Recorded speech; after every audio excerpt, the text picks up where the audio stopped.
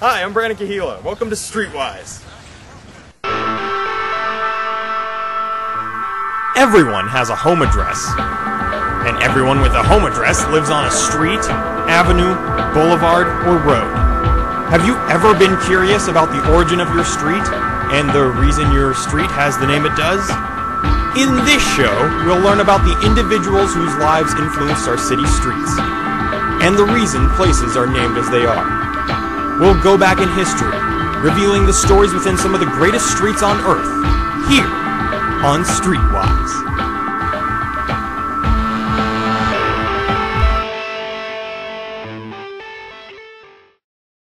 This week, I'm here in Tampa Bay, on the west coast of Florida. Home of the Tampa Bay Buccaneers, the Rays, the Tampa Lightning, and Ballast Point, formerly known as Jules Verne Park. Ships heading into the Hillsborough Bay during the 1800s dropped their ballasts as they passed in order to stay afloat in the shallow water. The spot became known as the Ballast Point. This week we'll be talking about Bayshore Boulevard. Why Bayshore Boulevard? Because Bayshore Boulevard is one of the first sites for early settlers of Tampa Bay.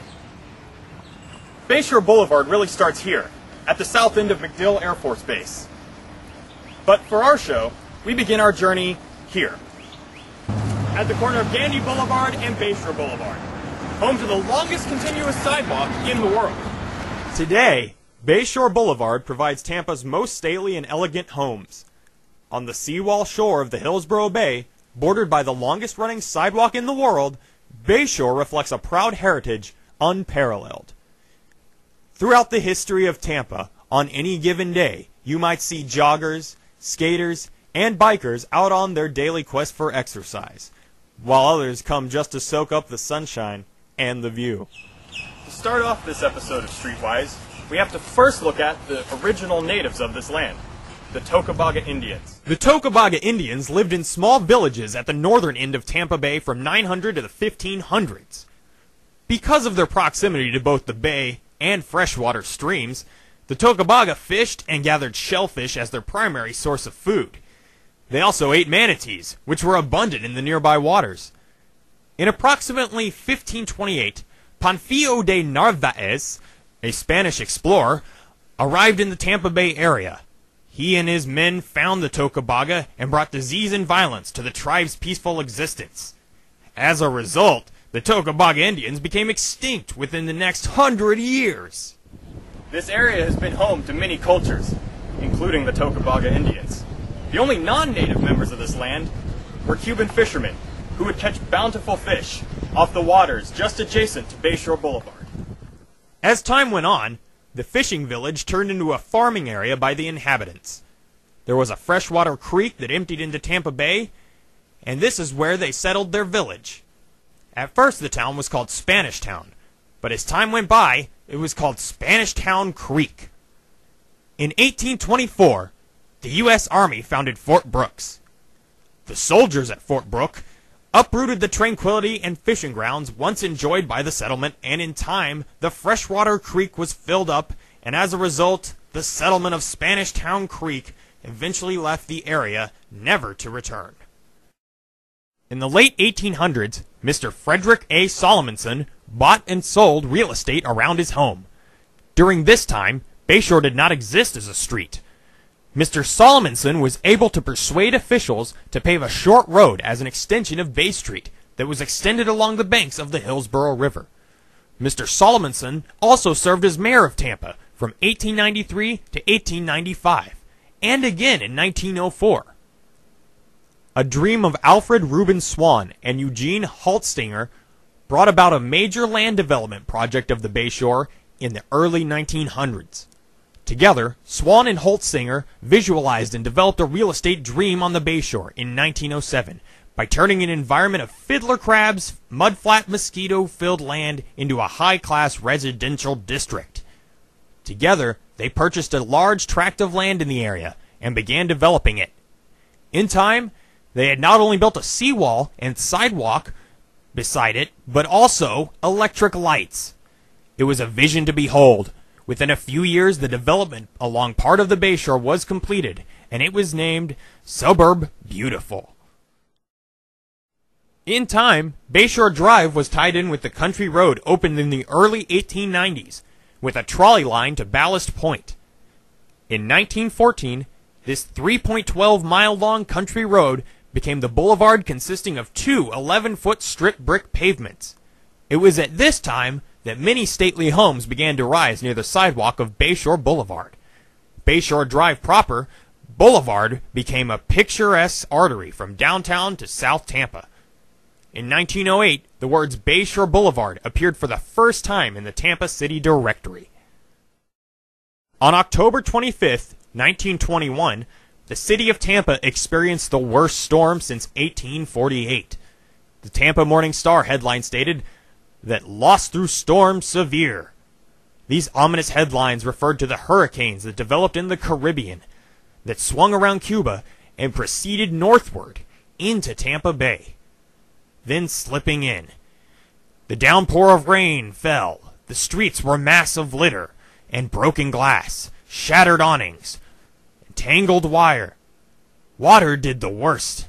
Tampa Bay's water rose so high that the seawall along Bayshore Drive and Bayshore Boulevard was destroyed in many places.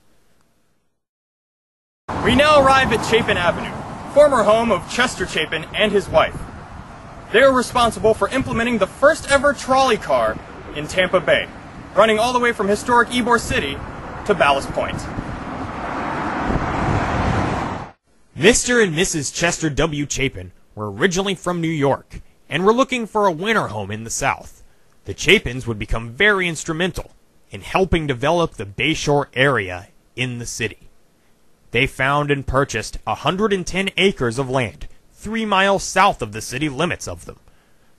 The home they eventually built, located in the middle of an orange grove. You'll notice that there are no gas stations, garages, or shopping plazas near Bayshore Boulevard.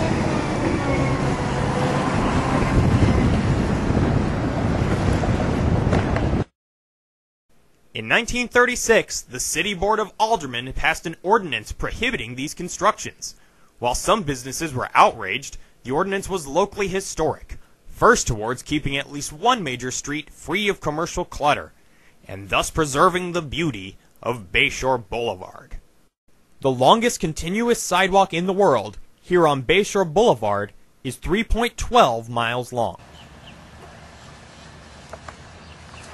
Next up on our tour of Bayshore Boulevard is historic Howard Avenue. Howard Avenue was named after Howard Pettingill McFarland. Howard was born in Tampa in 1888. In 1921, he was elected as the youngest president of the Hillsborough County Bar Association. Howard died in 1967.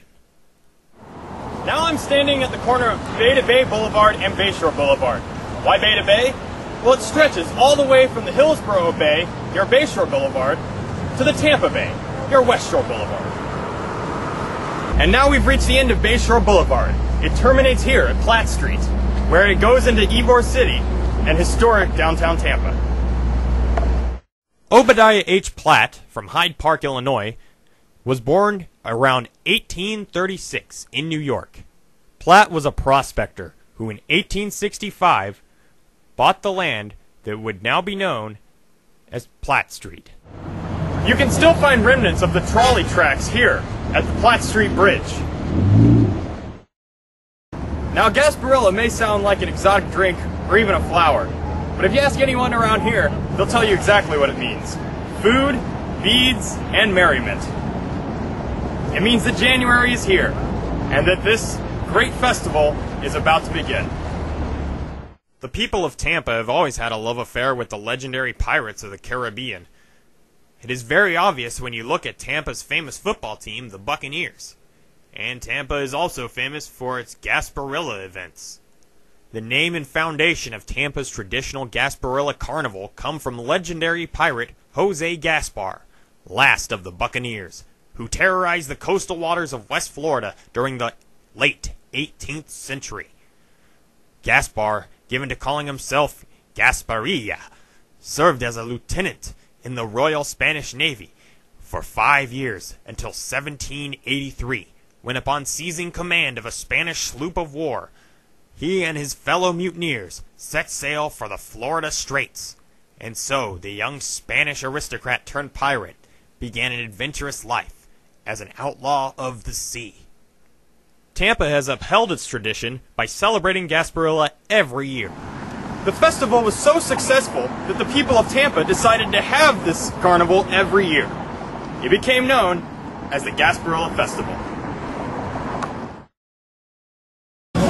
This is Vincent Martinez Ybor. He was responsible for bringing the cigar rolling industry to Tampa Bay. Today, Ybor City has become a mecca for nightlife. So basically everything you're about to see is because of this guy.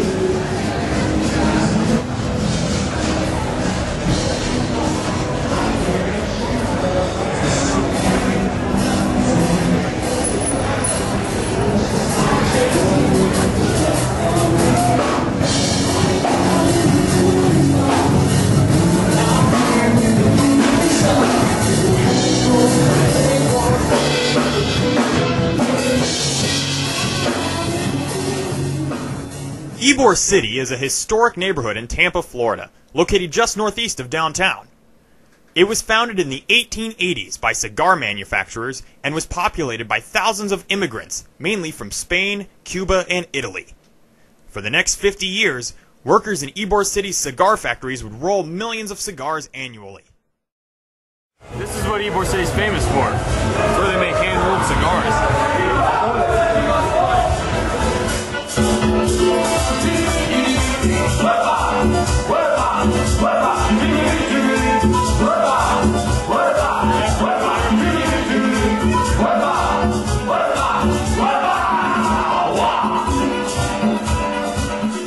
Ybor City nightlife includes some of the hottest college bars and nightclubs in Tampa.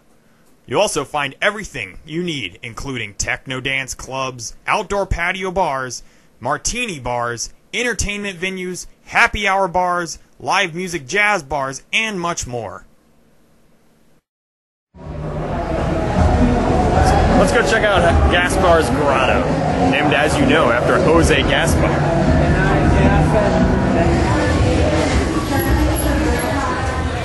I'm here at Gaspar's Grotto, a great place to mingle with locals.